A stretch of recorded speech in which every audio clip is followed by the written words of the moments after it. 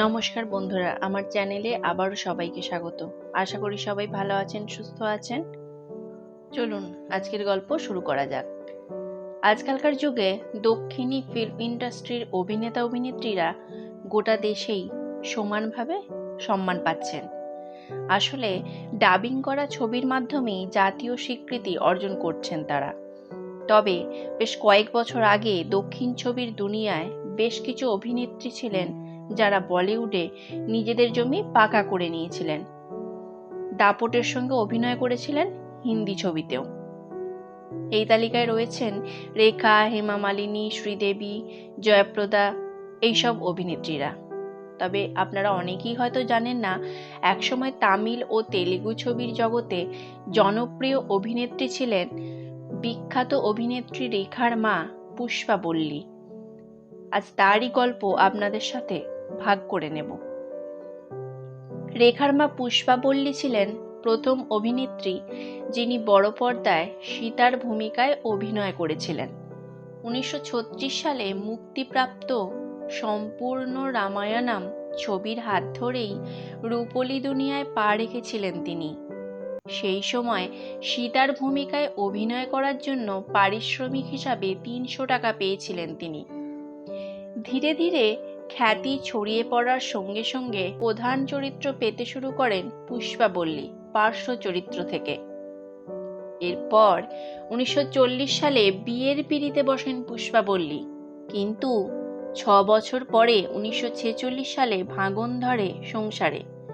অবশ্য এই দম্পতির 2টি সন্তানও ছিল। এর কিছু পরেই তার জীবনে আসেন জেমিনি গণেশন। আসলে 1947 সালে মুক্তিপ্রাপ্ত তামিল ছবি মিস মালিনীর হাত ধরে ডেবিউ করেছিলেন তিনি। এই ছবিতে আবার মুখ্য ভূমিকায় অভিনয় করেছিলেন পুষ্পা বল্লী।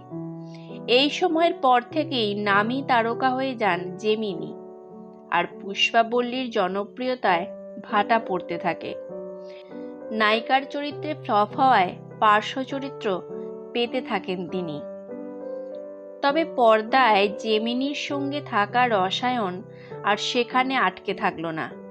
প্রেমের দোলা লাগলো বাস্তব জীবনেও। যদিও জেমিনি গণেশন আগে থেকেই বিবাহিত ছিলেন। তার প্রথম স্ত্রী ছিলেন আলামেলু। তাদের 4টি সন্তান ছিল। তাই পুষ্পা বল্লীর সঙ্গে সম্পর্কে জড়ালেও তার সঙ্গে গাঁটছড়া বাঁধেননি কোনোদিন জেমিনি। তবে পুষ্পা বল্লী এবং জেমিনি গণেশনের সম্পর্কের জেরে জন্মায় তাদের 2 কন্যা।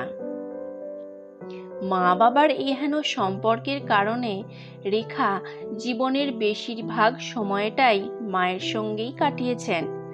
বাবার সঙ্গে সময় কাটানোর তেমন সুযোগ পাননি তিনি কখনো।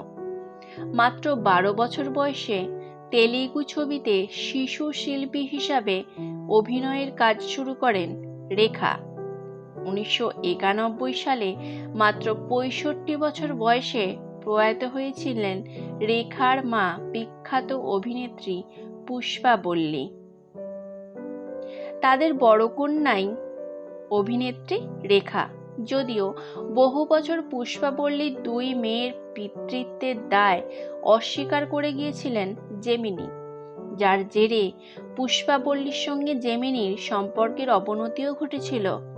অবশ্য পুষ্পা বল্লী জেমিনির ছোট মেয়ে রাধার জন্মের আগেই গোপনে অভিনেত্রী সাবিত্রীর সঙ্গে বিবাহ বন্ধনে আবদ্ধ হয়েছিলেন জেমিনি গণেশন। এই পর্যন্তই ছিল আমার আজকের নিবেদন। ভালো লাগলে চ্যানেলটি অবশ্যই সাবস্ক্রাইব করে রাখবেন, লাইক এবং শেয়ার করবেন। ধন্যবাদ।